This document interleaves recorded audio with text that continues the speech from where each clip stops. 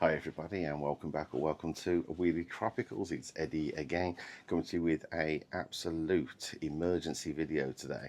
Over the last week or so, all I've seen from things like the Met Office, Birmingham Mail and things like that is this snow bomb that was about to go off.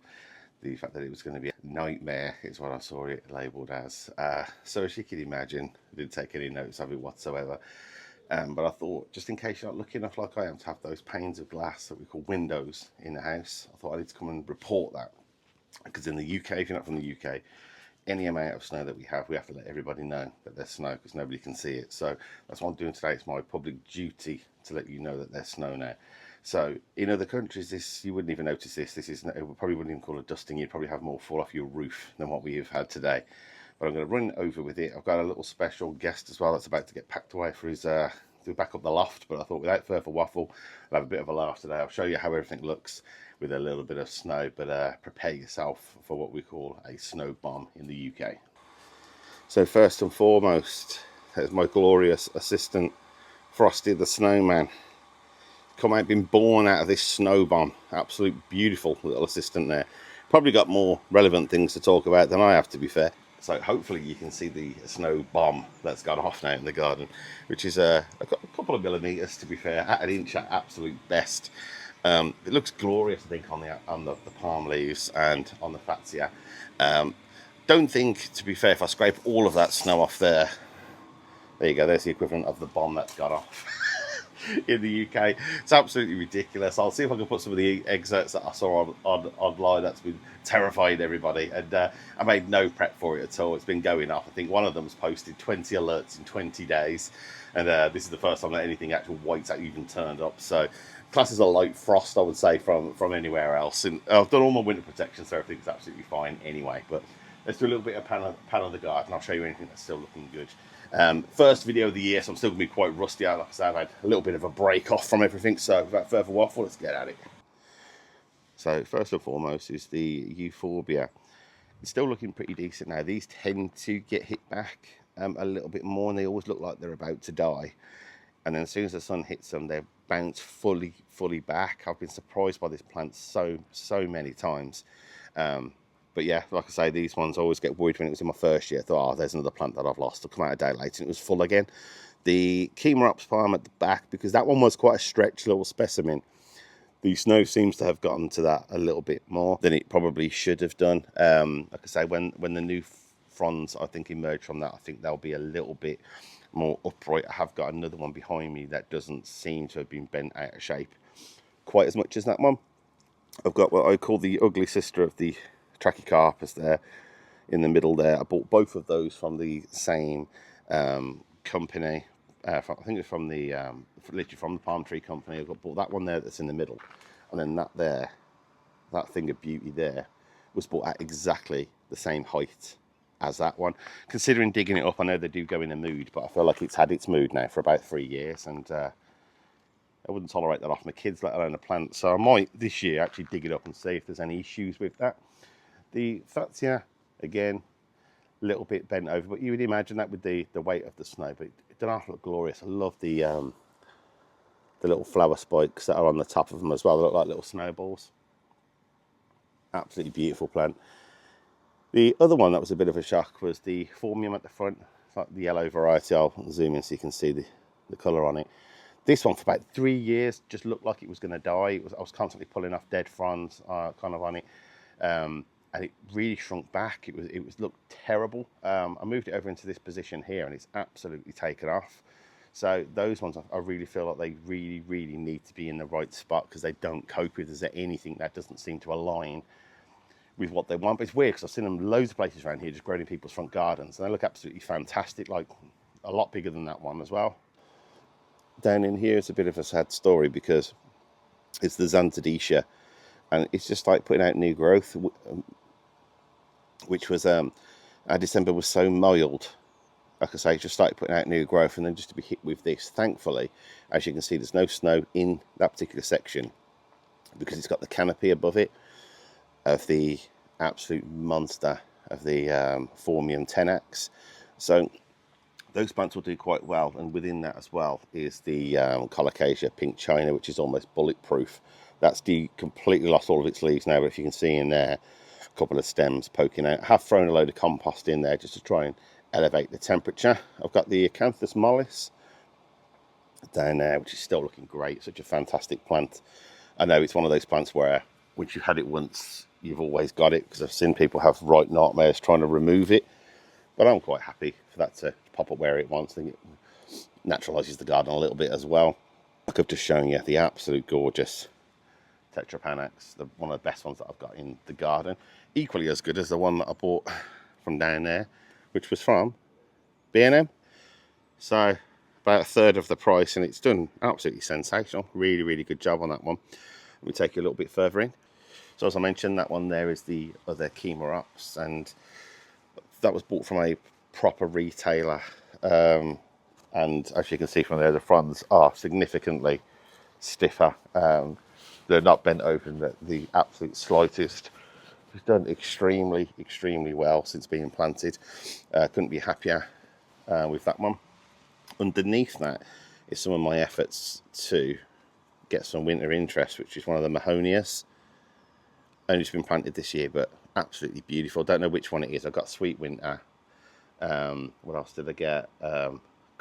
Volcano, I think it was, and something else that I bought as well, which is some of my earlier videos if you want the full names. That one there is the Euphorbia John Phillips, which, to be fair, looks a little bit bad in the snow. It's absolutely fine. As I said before, I don't think you can beat that one with a couple of water droplets on it after a little bit of rainfall. It looks wicked.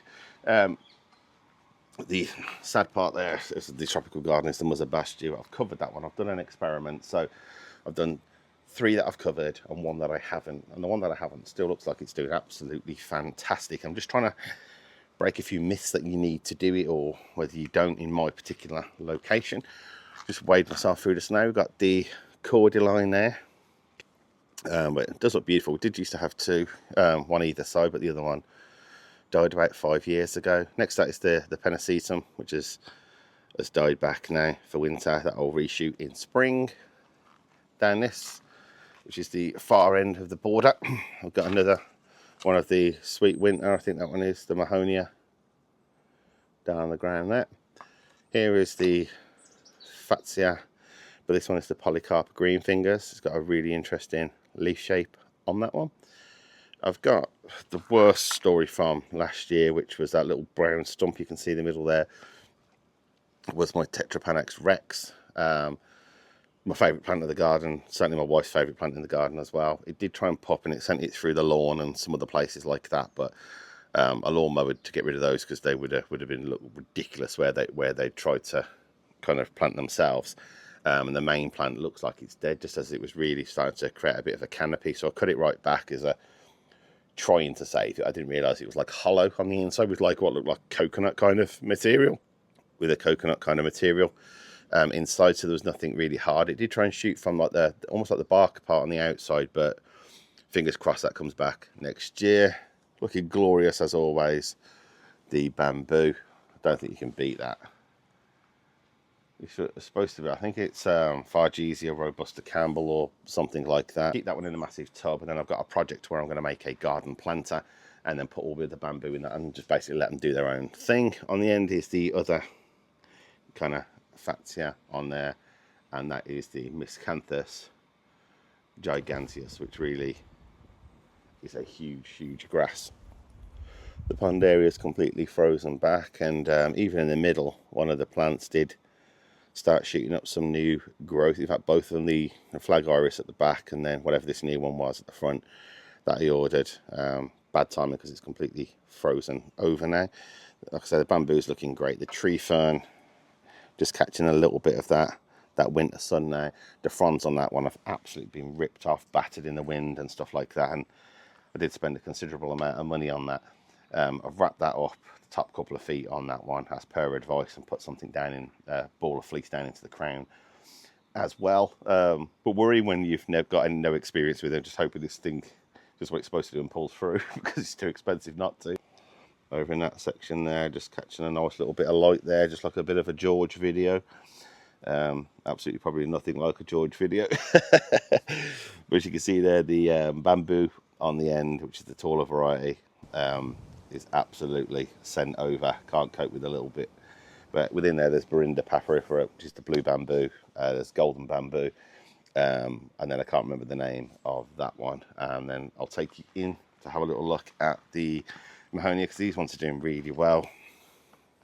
As you can see in there, beautiful form on those, and it really has kind of romped off. It's double, tripled the size already since being planted.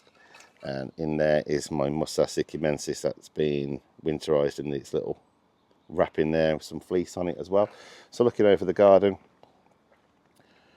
really happy with how it is at this time of year. But as you can see, I need to fix some holes. So that's going to be the project for over winter. There's quite a few little holes, and there are things in there, so it's like hostas and things in those areas, but I think I want those in addition to something else as well. Down the bottom there's another one for winter interest, which is Sarcococca. I think that one's winter's gem. So once these all kind of fill out, there will be less spaces and stuff in there as well. Yes, I thought I'd come to you today with a little garden tour. I've been walking around in slides doing this. They're absolutely full of snow now. So hopefully my sacrifice was worth it. Before I go and change my socks, don't forget to subscribe to the channel. I've got some really interesting things lined up for this year. I'm going to try and get around to some people's gardens that you'll have never seen before, because they don't have YouTube channels, just have fantastic gardens.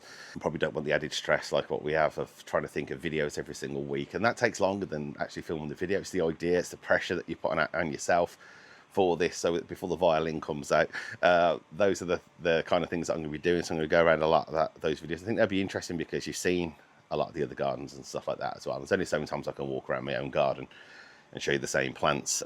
Today was more of a public service announcement than a garden tour.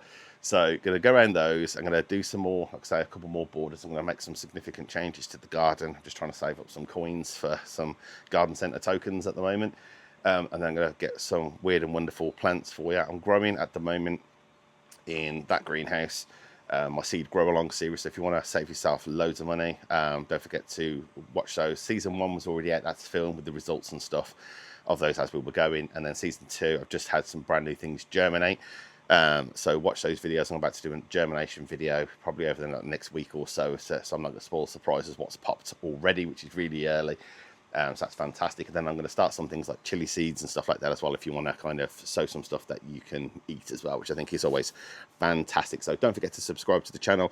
Always gives me a boost when I can see the numbers going up, and sends me into a fit of despair when it goes the other way around. So just trying to get to 1,000 before February, because that's the first year that I've been doing this. Still extremely new to this whole YouTube, and so I'm trying to get the videos better each and every time, but there's an awful lot to learn. So if you made it to the end, you're an absolute legend. Appreciate you. Hope you have an absolutely fantastic 2026, whatever happens. And yeah, don't forget to stick around for the next couple of videos. But thanks for watching.